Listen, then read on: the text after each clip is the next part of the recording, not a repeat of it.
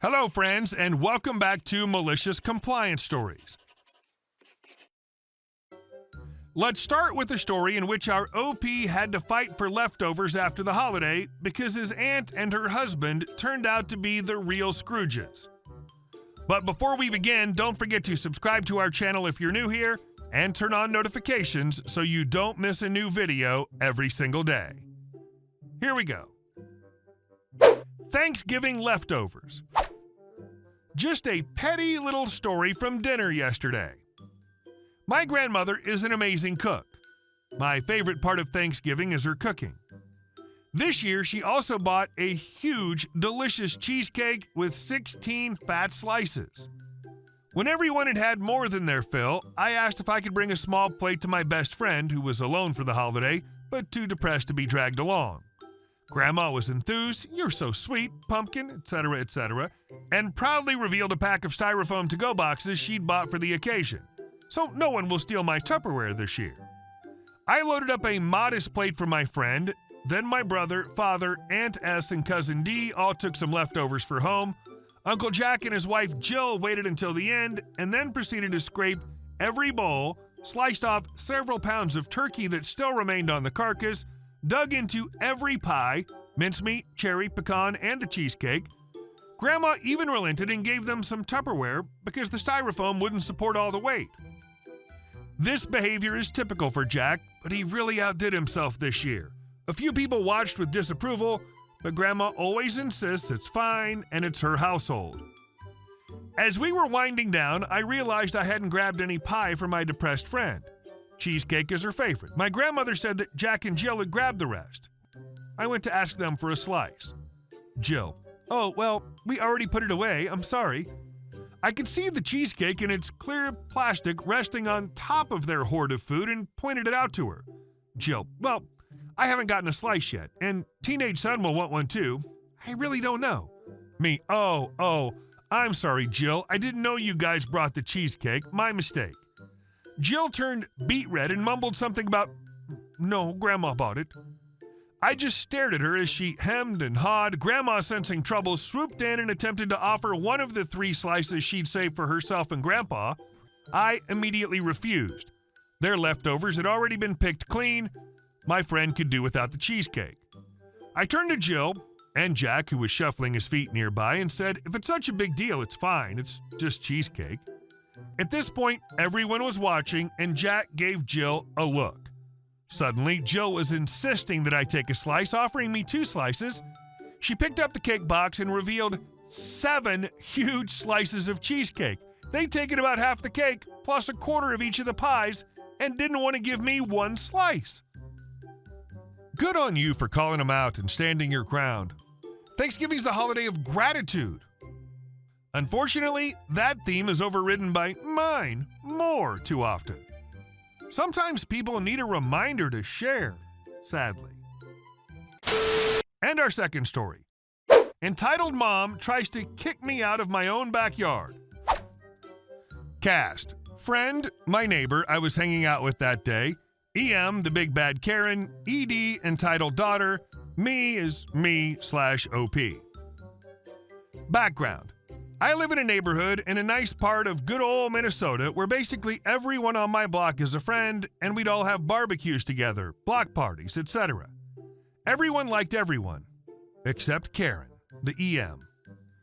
I don't know where the term Minnesota nice came from because the only word I can describe her as is an a-hole. She would come to our block parties where we always had an obstacle course bouncy house and demand all the kids to get out of the bouncy house because her baby needed to concentrate. Mind you, these bouncy houses were all of 15 feet long and contained obstacles that my neighbor's 3-year-old infant could go through.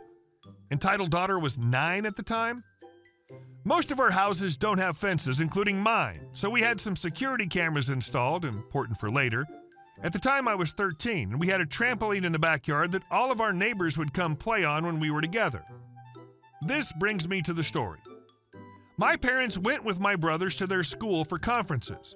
So I walked down to my friend's house about 5 minutes away to see if he wanted to hang out. He said yes, and we were at his house for a little bit playing on his Wii. We got bored eventually and decided to go back to my house to bounce on the trampoline and eat some ramen. Yes, it's random, but we really liked ramen, and my parents had just bought some. We walked back to my place and turned the corner when I noticed a car in my driveway. My friend asked if my parents were back already, and I said it couldn't be them because both my parents drive white cars, and the car in the driveway was black. The only other people that drove black cars near us were my friend's parents and, you guessed it, EM. We ran into my backyard only to find EM watching her hellspawn ED jumping on the trampoline. I said, "Excuse me, Karen." EM, "OP, don't you dare talk to me like that. You must address me as Mrs. Last Name." "Okay, sorry, Mrs. Last Name, but why are you in my backyard?" EM, "Because my baby wanted to jump on the trampoline." "Well, this is my house and not your proper—" The EM snapped, "I am older than you, and you have to respect your elders. My baby can jump on whatever trampoline she wants." Then ED spoke up in the whiniest, B-est voice ever. "Ma'am." EM, "What is it, baby?" ED, "Can we bring the trampoline home so we don't have to come here every time?" EM, "Of course, sweetie. I'll get the car ready now." I was too dumbfounded to speak, but my friend wasn't. In a very matter-of-fact kind of way, he said, "Karen, you can't take this trampoline because it's not yours. And if you don't get off of OP's property, we will call the police." EM snarled, "Don't talk to me like that. Plus, you can't call the police. You're too young." I got myself together at this point and whipped out my phone and dialed 911. I showed Karen my hand over the call button and told Karen, "If you don't leave in 3 seconds, I'm calling the police."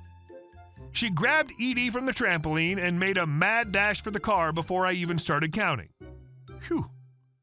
Now you might think that that's the end, but oh no. Not 20 minutes later, me and my friend are inside eating ramen when we get a knock on my door. I thought it was my parents, so I opened the door and lo and behold, on my doorstep was a police officer. Karen with the trademark Karen look of smugness that said, "I just got you busted, B." An entitled daughter displaying the most pathetic fake cry ever. Little did they know that I actually knew the police officer because he's one of my dad's closest friends and knows that I'm not the kind of person that would do anything bad. We had actually just had him over for dinner. He gives me a wink and says in a very melodramatic voice, "OP, did you steal this young girl's trampoline?" Yes, you read that right. Karen tried to make this police officer think that I had stolen their freaking trampoline. The trampoline itself was absolutely massive. I don't remember the exact dimensions, but it was big. And there were only 2 of us. And she said that she was in her house and didn't see us take it. I replied in a mock, scared voice, "No, I swear I didn't take anything." The officer turned to my friend, "Are you sure about that?" He got the idea and pretended to break under pressure by putting on a fake cry that was 1,000,000 times better than ED's and said, "Yes, we did it. Please don't send us to jail." The Karen said in her snarkiest voice ever, "Told you, officer." I still don't understand why she thought my friend would have faked confessing, but whatever. The officer said, smiling, "Well, I know your father just installed some security cameras. Can we get the video for court evidence?" The EM's face went white as a ghost and she stopped smirking. She tried to grab her entitled daughter and run, but the officer said in a stern voice, "Don't you want to watch it so you can have some incriminating evidence in court?" She literally gulped as I opened the security camera app on my phone and showed him the whole thing. Karen kicked the officer in the shin and ran away. She was convicted of assault of an officer. I hope you guys enjoyed. I know I sure did. And our last story. HOA tried to tow my legally parked car twice in one day. In California, I paid cash for a 2-bedroom condo in April. The condo came with 2 parking permits, 1 red, 1 green. The updated rules that were sent to me after closing states that an owner gets 2 parking permits, 1 for covered parking and 1 for uncovered parking. However, the rules do not state which permit is for which parking. Walking around the neighborhood revealed both green and red permits under covered parking, as well as about half of the vehicles showing no permit at all. 1 week ago, I received a notice on my windshield that my car would be towed for not showing the proper permit, even though the permit was clearly visible in the corner of the passenger side windshield. In fact, the notice was placed under the passenger wiper blade directly above the permit. I called the management company and informed them of their mistake, along with a picture of the permit in the corner of the windshield. I thought this would solve the problem. I was wrong. I'm a nurse and I work the NOC shift. At about 1300, my wife came in screaming that one of our cars was being towed. I immediately got up, got dressed, and went outside to find an employee of the management company directing a tow truck to tow my car. She said that it was being towed because it had the wrong color permit. I immediately pulled up the R&Rs on my phone and asked her to show me where the color codes were explained. She couldn't do that because that explanation doesn't exist in the rules, but she refused to stop the towing company, so I had no choice but to call the police. Upon arrival, I explained to the officers what was happening and showed them the R&Rs on my phone and both of my cars with the proper permits. They told the management employee and the tow company that they had no reason to tow my car. The rep hemmed and hawed that I was parked wrong even if the rules didn't state so. The cop ordered the tow company to release my car. Problem solved, right? Wrong. I go back to bed and just fall asleep when my wife comes in screaming that they're towing the car again.